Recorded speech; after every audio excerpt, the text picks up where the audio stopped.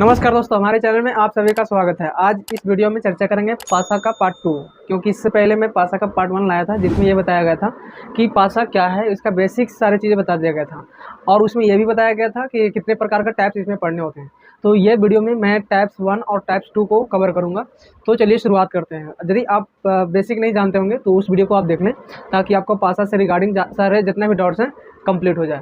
तो टाइप 1 में क्या है, मैं 5 टाइप बताया था कि पासा के अंदर 5 टाइप पढ़ने होते हैं, जिसमें पहला टाइप्स था टाइप नंबर 1 की one situation of single dice.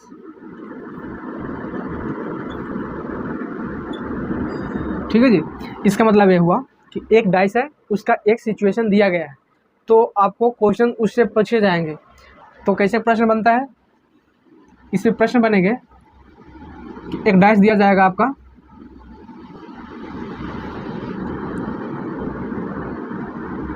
और पूछा जाएगा, क्या पूछा जाएगा, इसे ये प्रश्न पूछा जा सकता है 5 के विपरीत क्या होगा, उसी तरह से 4 के विपरीत क्या हो सकता है, उसी प्रकार 3 के विपरीत क्या हो सकता है। इतने प्रश्न इससे पूछे जा सकते हैं। एक और प्रश्न इससे बनता है कि यदि ये डाइस है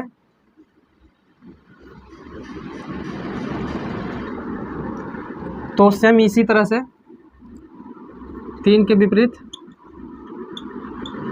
क्या होंगे, 1 के विपरीत क्या होंगे, 2 के विपरीत क्या होंगे और 3 के विपरीत क्या होंगे।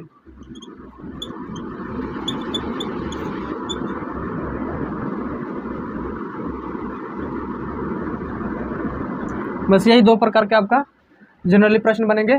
One situation of single dice, यही बनेंगे 2 प्रश्न, और आपको बताना है विपरीत अपोजिट। और भी यदि प्रश्न पूछे जाएंगे, इससे ज़्यादा नहीं आता।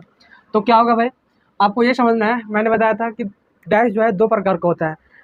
क्लोज डाइस में 2 प्रकार का डाइस होता है, एक होता है स्टैंडर्ड, एक होता है नॉर्मल। तो आपको ये चेक करना होगा कि स्टैंडर्ड डाइस है या नॉर्मल डाइस है। तो इसमें यदि स्टैंडर्ड डाइस किसको कहते हैं, जिसका अपोजिट फेस का सम होता है 7, और जिसका एडजेसेंट साइड का फेस का यदि सम हो जाएगा 7 तो वो नॉर्मल कहला जाएगा। तो यहाँ पे आप देखिए, आसन फलकों का सम कितना है, 7, ये नॉर्मल डाइस है। और नॉर्मल डाइस में आप ये नहीं बता सकते कि उसका अपोजिट क्या है जब तक कोई 2 सिचुएशन न दिया रहे। इसमें पूछ दिया कि 3 के या 5 का विपरीत क्या होगा, तो 5 का विपरीत बताने के लिए आप अपोजिट में कौन कौन बचा, 1 बचा, 2 बचा और 6 बचा, यही 3 बच रहा ना हिडन में। तो हिडन में 1 होगा, 2 होगा, 6 होगा, क्या होगा। तो हम ये नहीं कह सकते हैं कि क्या होगा, ये तीनों में से कोई भी हो सकता है। ठीक है, 1 भी हो सकता है, 2 भी हो सकता है, 6 भी हो सकता है। ओके, उसी प्रकार 4 का विपरीत भी हम नहीं बता सकते कि कौन होगा, इसका भी आंसर 1 होगा, 2 होगा और 6 होगा। और उसी प्रकार 3 का भी हम नहीं बता सकते, इसका भी यही आंसर, यानी तीनों का आंसर सेम होगा। 5 का पूछ दे, 4 का पूछ दे, 3 का पूछ दे, अपोजिट में ये तीनों में से कोई एक होगा यदि नॉर्मल डाइस रहे तब। अब यहाँ पे देखिए, यहाँ पे है कि आसन को ऐड कर रहे हैं तो 7 नहीं आ रहा, यानी अपोजिट में इसका ऐड करने के बाद 7 आएगा। ये क्या हो गया, स्टैंडर्ड डाइस। स्टैंडर्ड डाइस का ये कंडीशन होता है कि अपोजिट साइडों का यदि अपोजिट फलक का सम यदि करेंगे तो 7 होगा, और 7 होने के बाद क्या हो जाएगा, 1 का विपरीत क्या होगा, फिर यदि सम कितना है 7, तो 1 का विपरीत क्या हो जाएगा, फिर 6 हो जाएगा, फिक्स है। 2 का विपरीत क्या हो जाएगा, 5, 3 का 4, 6 1 7, 5 2 7, 4 3 7। इसका कंफर्म हो गया। क्यों हो गया भाई, क्योंकि मैंने पहचान लिया कि ये स्टैंडर्ड डाइस है। यही 2 प्रकार के प्रश्न बनते हैं सिचुएशन नंबर 1 से। ओके, ये कंफर्म नहीं होता कि कौन होगा यदि नॉर्मल डाइस रहेगा तब। अब चलते हैं टाइप नंबर 2, जिसको बोलते हैं 2 सिचुएशन ऑफ सिंगल डाइस। अब हम देखेंगे टाइप नंबर 2, जिसका नाम है 2 सिचुएशन ऑफ सिंगल डाइस।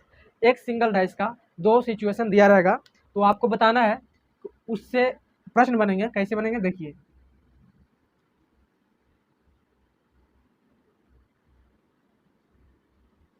सही नहीं बन रहा यार, लेकिन बन जाएगा, कोई नहीं। ये है डाइस डबल सिचुएशन, ठीक है। तो अब यहाँ पे इसका भी 2-3 टाइप होता है। कौन कौन हो सकता है भाई? एक होगा वन कॉमन, एक होगा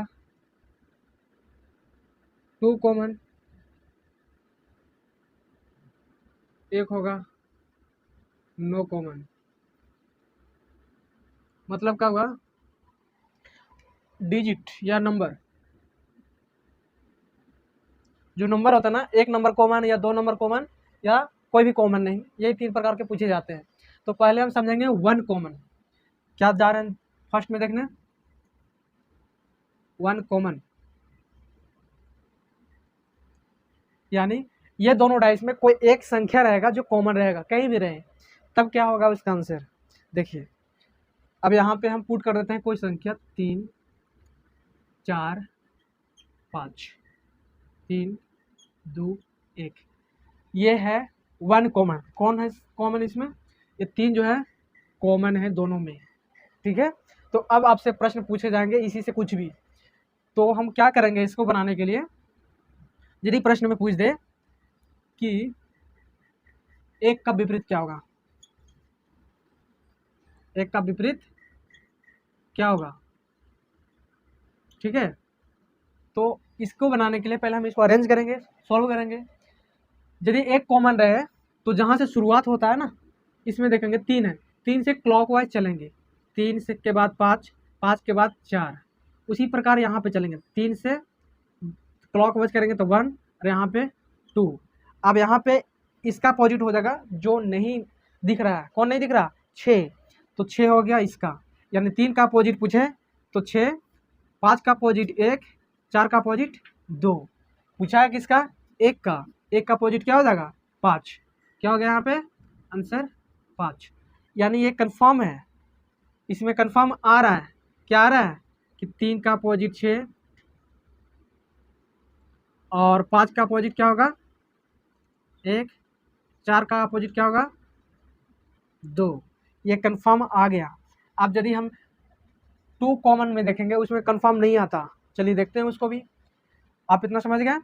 अब 2 नंबर कॉमन देखेंगे, यदि 2 संख्या कॉमन रहे तब उसको कैसे सॉल्व करते हैं, ठीक है।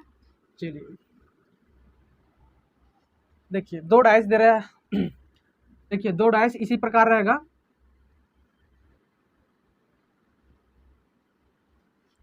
और उसको सोल्व करना होगा।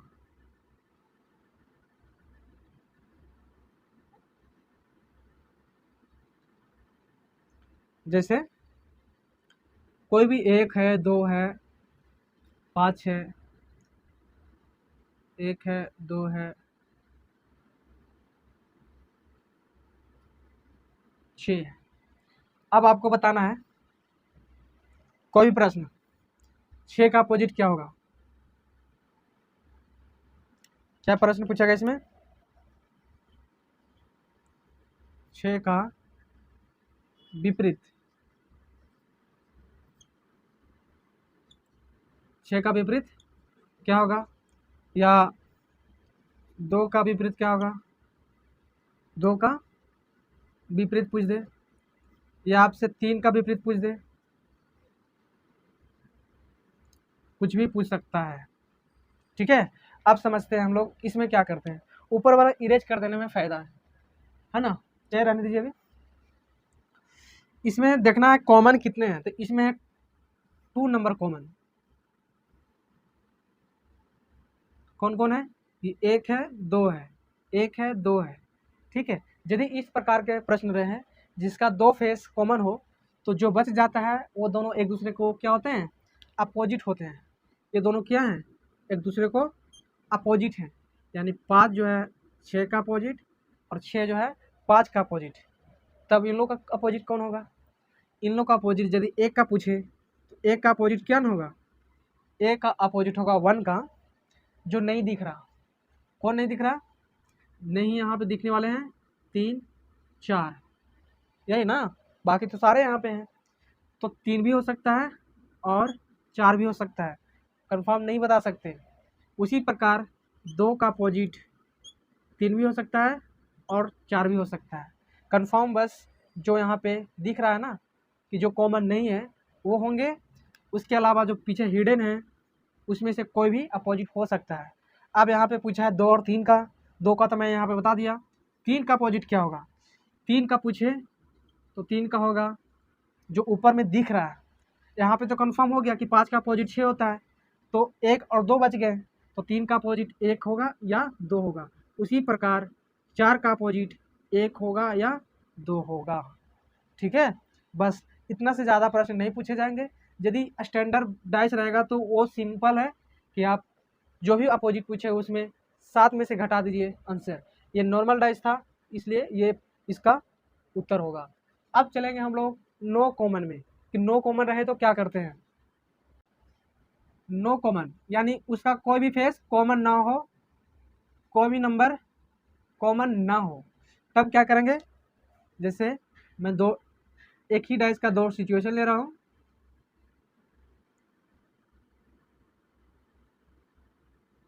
ठीक है जी, ये रहा। अब यहाँ पे है 1 3 4 5 2 6। अब देखिए यहाँ पे ये दोनों में कोई कॉमन नंबर दिख नहीं रहा है। ठीक है, तब इसका सिचुएशन या सोल्यूशन क्या होगा। इसका सोल्यूशन जो आप पढ़े थे ना 1 कॉमन, नहीं टाइप 1 जो पढ़े थे, टाइप 1 जिसमें ये पढ़ा गया था 1 सिचुएशन ऑफ सिंगल डाइस, वही वाला इसमें लगाना है कि यदि कॉमन ना रहे तो अब क्या लगा देंगे 1 सिचुएशन ऑफ सिंगल डाइस जो होता है ना, वही लॉजिक लगाना है। तो लॉजिक क्या था, यदि पूछते 1 का विपरीत, 4 का विपरीत, 3 का विपरीत, तब क्या होगा आंसर। ये तीनों में से कोई भी, 2 भी हो सकता है, 5 भी हो सकता है, 6 भी हो सकता है। 2 भी, 5 भी, 6 भी, 2 भी, 5 भी, 6 भी। कंफर्म नहीं है, कंफर्म बस इसमें होता है यदि एक कॉमन रहेगा ना उसी में कंफर्म रहता है। उसके अलावा 2 वाला में कंफर्म है, सारे के सारे कंफर्म नहीं होंगे, एक कंफर्म होंगे सिर्फ, इसमें भी कंफर्म तीनों नहीं होते हैं। और 1 सिचुएशन वाला में तीनों का तीनों कंफर्म नहीं होते हैं, इसमें एक कंफर्म होते हैं, इसमें सारे कंफर्म होते हैं। तो इसमें कोई कंफर्म नहीं है कि एक का अपोजिट क्या होगा, ये 6 में से कोई भी। उसी प्रकार यहाँ हो सकता है 2 का, 5 का और 6 का अपोजिट सेम उसी तरह क्या होगा, 1 भी हो सकता है, 4 भी हो सकता है और 3 भी हो सकता है। 1 भी, 4 भी, 3 भी, 1 भी, 4 भी और 3 भी। यही है इसका सॉल्यूशन यदि कोई कॉमन ना हो तब। समझ गए। तो ये था टाइप 1 और टाइप 2, और इससे ज़्यादा प्रश्न नहीं बनेंगे, इसका मैं प्रश्न वाला भी वीडियो लाऊंगा। इसके बाद पहले मैं ये टाइप नंबर 3 और टाइप 4 और टाइप 5 को बताने के बाद इसका क्वेश्चन लाऊंगा एग्जाम में जो आते हैं। उम्मीद करता हूँ ये वीडियो आपको बहुत अच्छा लगा होगा। यदि फर्स्ट वीडियो नहीं देखोगे पहले उसको देखिए, उसके बाद इसको देखिए। इससे ज़्यादा प्रश्न नहीं आते डाइस में। ज़्यादा लंबा वीडियो बनाने से क्या मतलब, यदि हम कम टाइम में अच्छा सीख जा रहे हैं तो सही है, फिर क्वेश्चन अटेम्प्ट करेंगे बन जाएगा। यदि नहीं बनेगा तो फिर उसको और भी देखेंगे, लेकिन कॉन्सेप्ट बेसिक यही होता है, इससे ज़्यादा नहीं होता है। क्वेश्चन थोड़ा घुमा देगा जो आपको समझ नहीं पाएंगे, लेकिन आपको प्रैक्टिस चाहिए उसके लिए। चलिए आज के लिए इतना ही, फिर मिलते हैं अगले वीडियो में।